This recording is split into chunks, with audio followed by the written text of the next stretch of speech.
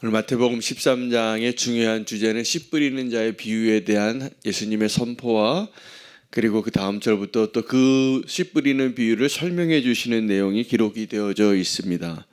이 씨 뿌리는 비유에 오늘 이 말씀이 어디에서 어떤 배경 가운데 이루어졌는가를 먼저 이해하는 것이 우리가 오늘 이 말씀의 진정한 의미를 깨닫는 데 도움이 될 것 같습니다. 예수님께서 바닷가에서 말씀하신 내용입니다. 산에서도 말씀하시고 광야에서 빈들에서 말씀을 하시기도 하셨고, 오늘은 바닷가에서 배 위에서 말씀하시고 수많은 무리들이 해변에 앉아서 마치 유명 연예인 공연하듯이 그 해변가에서 주님이 말씀하셨다고 생각하시면 됩니다. 그런데 그 수많은 무리들에게 오늘 주님은 이 하나님의 말씀의 천국 비유에 이 네 가지 땅의 비유를 말씀해 주신 거예요. 이 네 가지 땅의 비유는 동일한 씨앗이 뿌려지는데 덜어는 길가에, 덜어는 돌밭에, 덜어는 가시덤불에, 덜어는 좋은 땅에 뿌려진다는 것입니다. 동일한 하나님의 말씀인데 마음이 다르다는 것이죠. 여러분, 우리가 하나님의 말씀을 듣고 열매 맺고 축복을 얻는 데에는 그 하나님과의 우리의 관계가 회복이 되어지고 하나님의 말씀이 우리 가운데 역사하여서 그 말씀이 우리 가운데, 우리 삶 가운데 열매 맺는 것은 누구에게 달렸냐 하면 그러므로 우리에게 달렸습니다. 우리가 믿음으로 그 하나님의 말씀을 들을 때 정말 아멘으로 순종할 수 있는지, 아니면 그 말씀이 들려서 열매 맺게 되기까지 그 수많은 종류의 다른 과정 가운데 그것을 방해하는 요소들이 있다는 것을 발견하는 것이죠. 여러분, 오늘 이 새벽 기도의 자리에 나오셔도 우리가 하나님의 말씀을 믿음으로 좋은 땅이 되어서 그 말씀이 우리 심령 가운데 뿌리 내려지면 반드시 열매 맺습니다. 하나님의 말씀이 이 천지를 창조하셨을 때 동일한 능력으로 그 말씀이 열매 맺게 되어지는 것이죠. 그 말씀이 오늘 저와 여러분에게 그렇게 맺어지기를 원합니다. 하나님의 말씀이 희귀하게 여겨졌던 시대를 성경은 기록하고 있습니다. 사사시대입니다. 그 사사시대에 악순환이 계속 반복이 되어지는데 그들이 하나님의 말씀을 따르지 않습니다.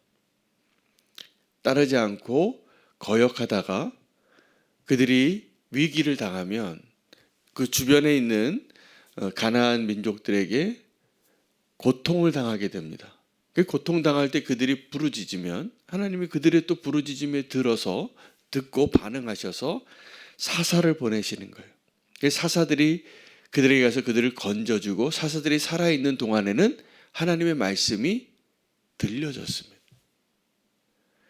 근데 그들이 계속 또 반복되어지는 이렇게 죄악의 순환을 하게 되어지는 이 400여 년의 기간 동안에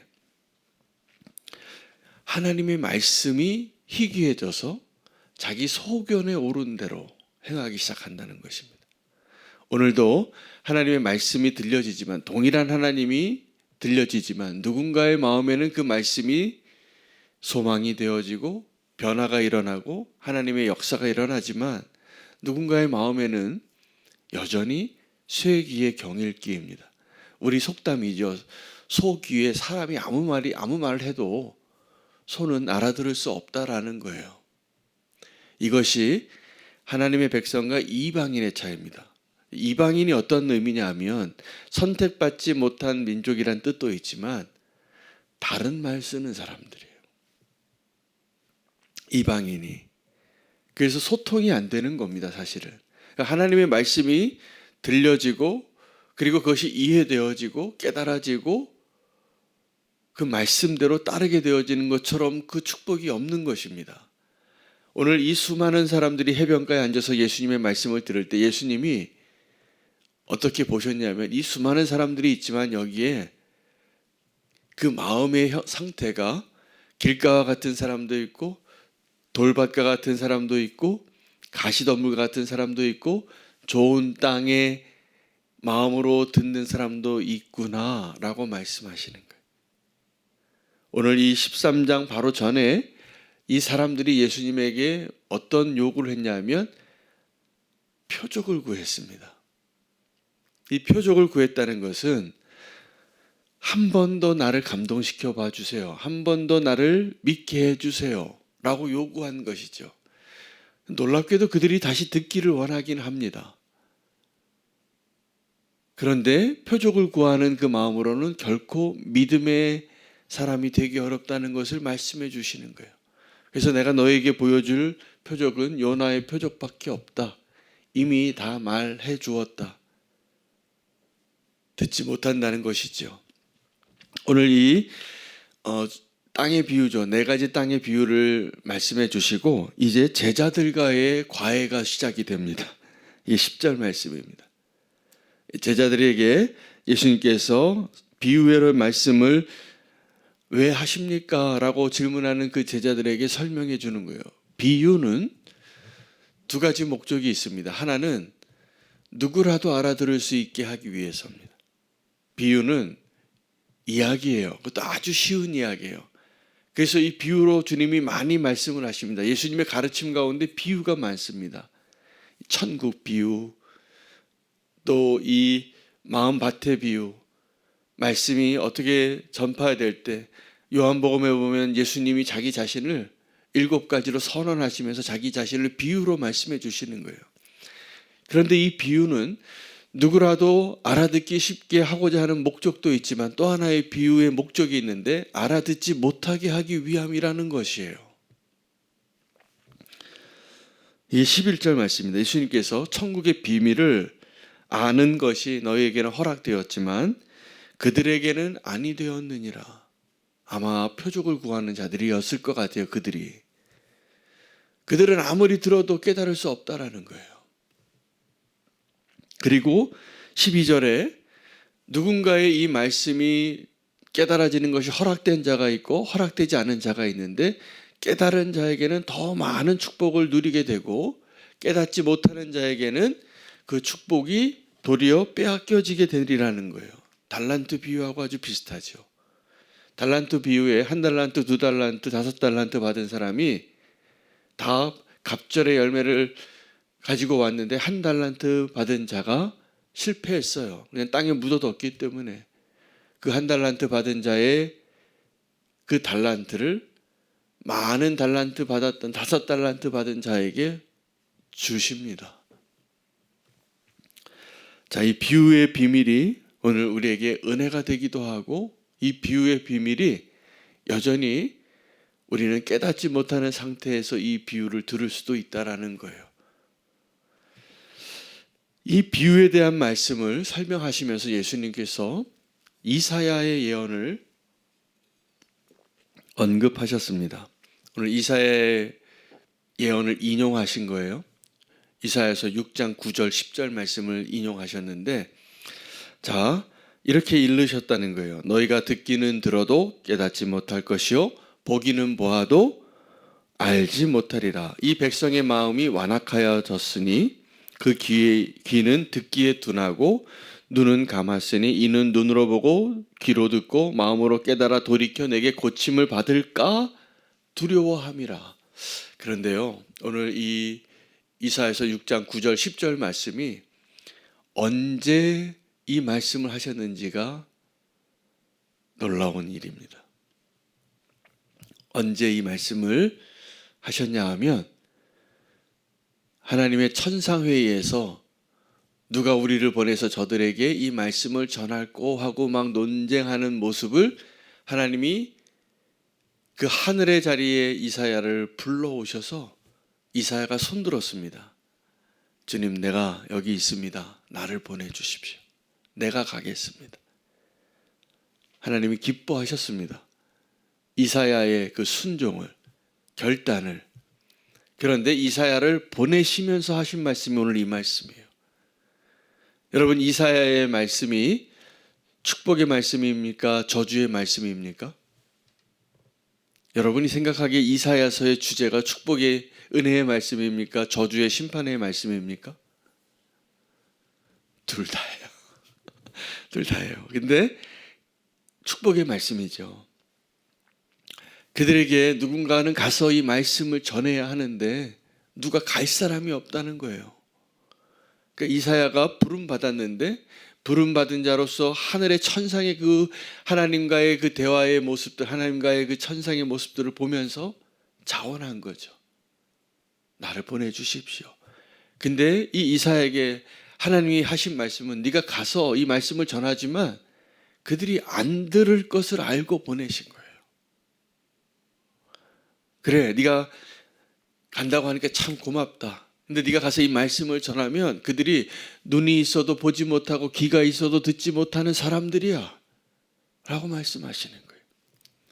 하나님은요, 그런 사람들에게도 선지자를 보내시는 분이세요. 오늘 우리 가운데에도 하나님은 그 완악하고 믿음이 없는, 염려하는, 원수가 다 그 마음에 뿌려진 말씀을 빼앗아가는 어리석은 자들에게도 말씀하세요. 그리고 그 말씀을 누군가는 듣고 누군가는 깨닫지 못하는 자가 있고 깨닫는 자가 있을 것이라는 것을 말씀해 주시는 거예요. 여러분, 저와 여러분은 오늘 이 말씀 앞에서 어떤 마음의 사람들이십니까? 좋은 밭이세요? 아니면 오늘 이 말씀을 듣고 길가와 돌밭과 가시덤불의 마음이십니까? 근데 하나님은 오늘도 그 다양한 마음의 밭에 말씀을 뿌리고 계신다는 거예요. 이것이 어떠한 다른 사람들의 마음의 밭을 의미하기도 하지만 동시에 우리 한 사람의 마음 안에서 일어나고 있는 다른 시기의 상황이기도 한 것입니다. 어떨 때 우리의 마음은 길가 같아요. 하나님 말씀 분명히 주셨는데 그냥 원수가 그 씨앗을 도리어 가져가 버려요. 빼앗기는 거예요. 도둑 맞아 버리는 거예요. 어떨 때 우리의 마음은 하나님 말씀 듣고 아멘하고 은혜가 되는데 이 돌밭이라 흙이 없어요. 그래서 뿌리를 내리지 못하니까 금방 꺾이는 거예요. 좀 자랐는데 가시덤불이 많이 있다 보니까 염려와 근심으로 하나님의 말씀을 듣고도 믿음이 생기기보다는, 믿음의 길로 나아가기보다는 염려하여 그 길에서 하나님의 말씀을 포기하고 순종하지 못할 때가 우리가 있었잖아요. 근데 우리가 좋은 믿음으로 좋은 땅이 되어서 하나님의 말씀이 뿌려지면 100배, 60배, 30배의 열매를 맺은 적도 있으셨잖아요. 오늘 하나님이 동일한 말씀 앞에서 우리의 마음밭이 좋은 믿음의 마음밭이 되어서 하나님의 말씀이 열매 맺게 되라고 말씀하시는 거예요. 오늘 이 말씀이 깨달아지시기를 축복합니다. 그리고 하시는 말씀이 있어요. 너희가 지금 듣고 있는 이 말씀, 너희가 보고 있는 이 존재, 예수님 자신이죠. 수많은 선지자와 의인이 그렇게 보기를 원하고 듣기를 원하던 순간이고 모습이라는 거예요. 오늘 우리도 이 말씀이 오늘 이렇게 바쁜 일상에도 이렇게 새벽 기도의 자리에 나와서 예배하려고 기도하려고 나오신 발걸음 축복합니다. 그런데 오늘 우리가 이렇게 마음껏 예배하고 신앙생활 할 수 있는 것도 얼마나 감사한지 몰라요. 만약에 저와 여러분이 오늘 이 시대에 수십 킬로만 넘어가면 신앙생활 하는 것이 금지되어지고 숙청당하고 추방당하는 그런 땅에 태어났다면 아직 듣지도 못했을 수도 있습니다. 여러분, 우리는 이 놀라운 축복을 하나님의 말씀이 가까이 있고 보여지고 들려지는 이 시대에 홍수같이 하나님의 말씀이 많은 이때에 꼭 열매 맺으시기를 축복합니다. 말씀대로 살아내시기를 축복합니다. 그것을 흘려보내고 낭비하고 허비하는 것처럼 안타까운 일이 없는 겁니다. 오늘도 하나님은 우리에게 그렇게 말씀해 주시고 비유로 비밀을 말씀해 주셨습니다. 오늘 우리가 그 비밀을 깨닫는 자가 되어서 더 많은 열매 맺는 하나님이 원하시는 마음이 되시기를 축복합니다.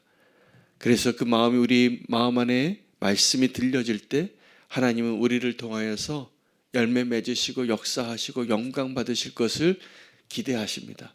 하나님을 기뻐하게 하는 저와 여러분 되시기를 축복합니다. 이 비밀이 우리